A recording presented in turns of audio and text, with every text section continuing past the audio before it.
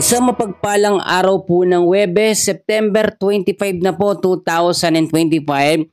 Kabayan, meron tayong pinaka-latest na weather update sa lagay ng ating panahon. Pero kung bago ka lang, wag mong kakalimutan na i-like at i-subscribe ang ating YouTube channel at pahit ng notification bell para next update ay mabilis ho kitang mano-notify. Sa pinaka-latest na update patungkol nga po kay Bagyong Opong, ito po ay nag-intensifies na into severe tropical storm. Papunta na po ito sa pagiging typhoon category na bagyo. So wag ka muna mag-alala, no? Hindi pa tayo tapos. Wag kang mangamba dahil po may mga posibilidad na pwede mangyari sa direksyon at kilos nitong si Bagyong Opong. Huling namata ng lokasyon nitong si Bagyong Opong, 670 kilometers east of Surigao City, Surigao del Norte. So maintain pa rin yung lakas ho niya sa 95 kilometers per hour at yung bugso niya medyo tumaas. Nasa 115 kilometers per hour at yung kilos naman ho niya pa west northwestward sa bilis na 20 kilometers per hour.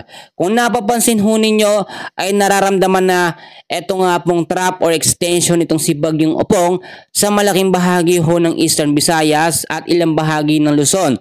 So kailan nga ba maglalandfall etong si Bagyong Opong? Ayon na rin sa pagtatala ng Pag-asa sa tinatawag natin na tropical cyclone threat or dito po sa forecast track natin, no, ay by Friday ho ng umaga hanggang sa hapon ay maglalandfall ito dito nga po sa Eastern Visayas at dadaan naman siya papunta ng Central Luzon at dadaanan din ng ilang bahagi ng South Luzon.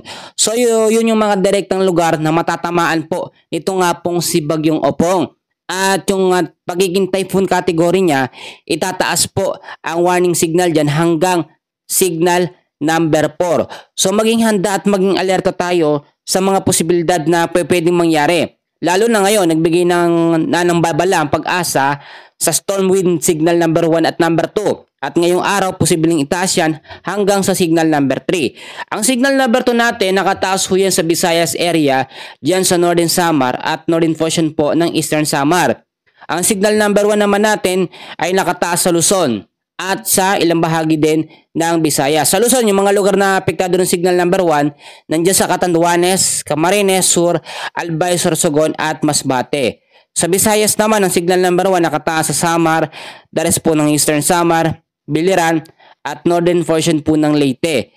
So mag-ingat ho dahil ang signal number 1 at number 2 natin, dyan ho nagsisimula yung posibleng mas mataas pa na banta ng warning signal. So maging alerto tayo mga kaibigan at mga kababayan ko.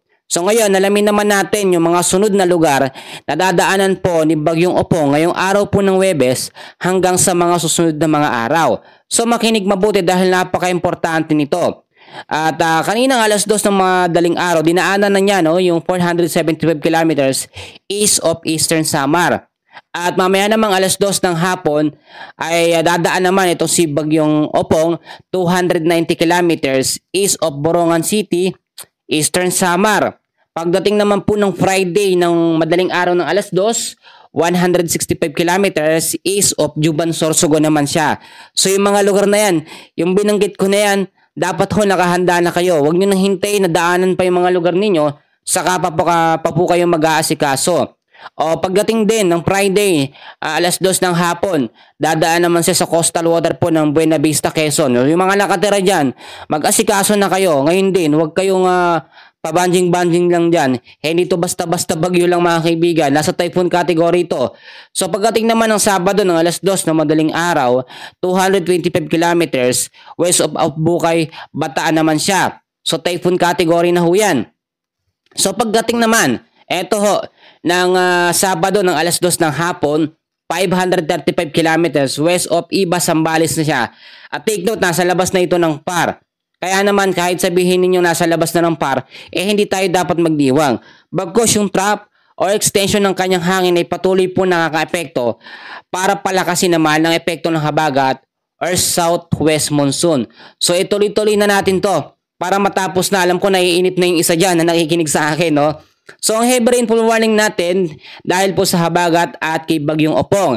Nakataas ang heavy rainfall warning na meron pong 50 to 100 mm sa dami ng pagulan dahil sa habagat ngayong araw din po ng Huwebes hanggang bukas dyan po sa may Zambales, sa may Bataan at Occidental Mindoro. So by tomorrow naman ng hapon ay meron tayong inaasahan na 50 to 100 mm sa dami ng pag-uulan sa may Palawan, Antique, Iloilo, Guimaras, Negros Occidental at Negros Oriental. By Friday afternoon hanggang sa Sabado ng hapon ay 50 to 100 mm sa dami ng pag-uulan pa rin dyan sa may Palawan ho, sa may Antique, Aklan at Negros Occidental. Heavy rainfall warning naman dahil po kay Bagyong Opong ang mararanasan natin. Ngayong hapon hanggang bukas ay meron tayong moderate to heavy rains na merong 50 to 100 mm sa dami ng pag-uulan sa Northern Samar at Eastern Samar. So yung mga lugar na yan, mag-ingat ho kayo, no? Maghihigat ho tayo sa mga banta na malawakang pag-uulan.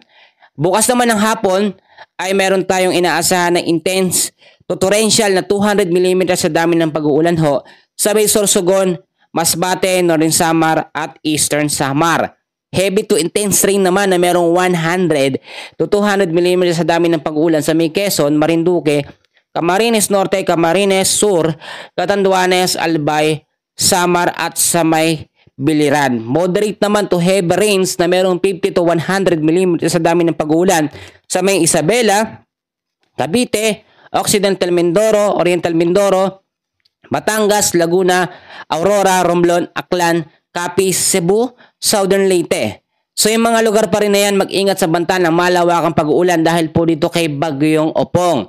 So meron naman tayong heavy to intense rain na merong 100 to 200 mm sa dami ng pag-uulan ang mararanasan dyan sa malaking bahagi ho ng Metro Manila, sa ilang bahagi ng Aurora, Bulacan, Pampanga, Zambales, Bataan, Quezon, Cavite, Batangas, Laguna, Rizal, Marinduque, Occidental Mindoro, Oriental Mindoro, Romblon, Camarines Norte at Camarines Sur. So ito, huli na to. Moderate to heavy rains na merong 50 to 100 mm sa dami ng pag-uulan pa rin sa may Albay, sa may Sorsogon, Catanduanes, Masbate, Pangasinan, Quirino, Tarlac, Nueva Vizcaya, Nueva Ecija, Cagayan, Isabela at Northern Samar.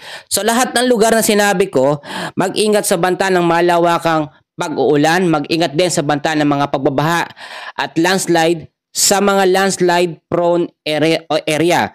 So etong si Bagyong Opong, kung titignan nyo yung tinatawag natin na track and intensity forecast, wala na ho itong chance na magbago yung direksyon. Naka-fix na siya at wala ring hahatak na hangin sa taas para magbago ang kanyang direksyon.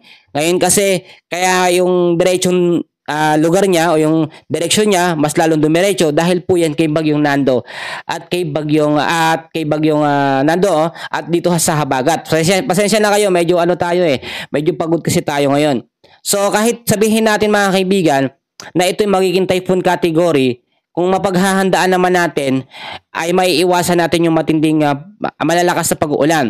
At kapag ito po ay direktang naglandfall na by Friday hanggang sa Sabado, posible yung pagiging typhoon category niya ay humina into severe tropical storm dahil po sa impact ng pagtama niya sa kalupaan po ng Eastern Visayas, Bicol Region, South at Central Luzon, yung mga lugar na yan. So may nagtanong sa akin, ligtas daw ba o ano daw ba ang lagay ng panahon diyan po sa may ilang bahagi ng Mindanao. Ang Mindanao, hindi naman siya actually talaga dadaanan itong si Bagyong Opong. Pero yung extension ng hangin na nakapalibot dito kay Bagyong Opong, yung tinatawag natin na spiral clouds, yung nakapalibot sa kanya ng mga ulap, nakaka-apekto yan. At yung mga localized thunderstorm bandang hapon hanggang sa gabi, diyan naman yan nagbabanta sa may Mindanao. Ang kanlurang bahagi naman natin ng ating bansa ay habagat naman na nagpapaulan. Binanggit ko na yung mga lugar kanina, so dapat ho napakinggan ninyo. So kaibigan kabayan, yan muna ang pinaka-latest na update natin sa lagay ng ating panahon. Wala pa ho kung papahinga, no, pasensya na kayo kung medyo hindi ganoon ka-energy o ka-energetic ang update natin. Mamaya i-update ko po muli kayo sa lagay ng ating panahon. Maraming salamat po sa pakikinig. Magandang araw po.